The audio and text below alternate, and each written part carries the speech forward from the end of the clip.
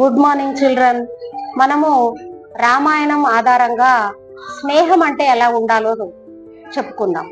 ఎందుకంటే ఇందులో మనకు రాముడు సుగ్రీవుల స్నేహం, రాముడు విభీషణుల స్నేహం కనిపిస్తుంది రామాయణంలో. అది ఎలా ఉత్తమమైనది, ఒకరికొకరు ఎలా మిత్రుత్వాన్ని ఎలా నెరవేర్చారు అనేది ఈరోజు సమాచారంలో తెలుసుకుందాం. రామాయణంలో స్నేహ ధర్మాన్ని గురించి తెలిపే వృత్తాంతము రామ సుగ్రీవుల వృత్తాంతము. సుగ్రీవుడి అన్న వాలి సుగ్రీవుడి భార్యను అపహరించి సుగ్రీవుణ్ణి రాజ్యం నుండి దూరంగా తరిమివేశాడు. సుగ్రీవుడు ప్రాణభయంతో ఋషముఖ పర్వతం మీద ఉన్నాడు. శ్రీరాముడు భార్యని రావణుడు అపహరించాడు.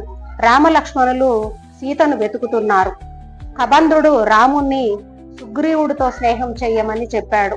రామలక్ష్మణులు ఋషముఖ పర్వతం దగ్గరికి వచ్చారు. రామలక్ష్మణులను చూసి మొదట సుగ్రీవుడు భయపడి హనుమంతుడిని సన్యాసి రూపంలో రామలక్ష్మణుల దగ్గరికి పంపాడు. హనుమంతుడు సుగ్రీవుడి దగ్గరకు రామలక్ష్మణులను తీసుకువెళ్ళాడు. శ్రీరామ సుగ్రీవులు అగ్ని సాక్షిగా స్నేహితులయ్యారు. సుగ్రీవుడు తనకు అన్న వాలి నుండి భయం లేకుండా అభయం ఇమ్మని రాముడిని అడిగాడు. వాలిని తాను చంపుతానని రాముడు మాట ఇచ్చాడు.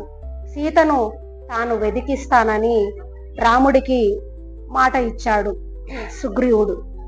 రావణుడితో యుద్ధంలో తాను సాయం చేస్తానని సుగ్రీవుడు రామునికి మాట ఇచ్చాడు. రామ సుగ్రీవుల స్నేహం ఫలించింది. రాముడు వాలిని చంపి సుగ్రీవుణ్ణి కిష్కింధకు రాజును చేస్తాడు. సుగ్రీవుడు రామునికి మాట ఇచ్చినట్లు సీతాదేవిని వెతికించడానికి వానరులను పంపాడు. హనుమంతుడు సుగ్రీవుడికి మంత్రి. ఇతడు సీత జాడను తీసుకువచ్చాడు. సుగ్రీవుడు తన వానర సైన్యంతో లంకకు వెళ్లి రావణుడిని చంపడంలో రాముడికి సాయం చేస్తాడు.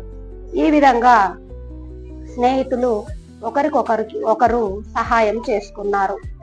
ఈ స్నేహ బంధం గురించి మీకు పబ్లిక్ పరీక్షల్లో ఈ వివరణ ఉపయోగపడుతుందని భావిస్తున్నాను. All the best.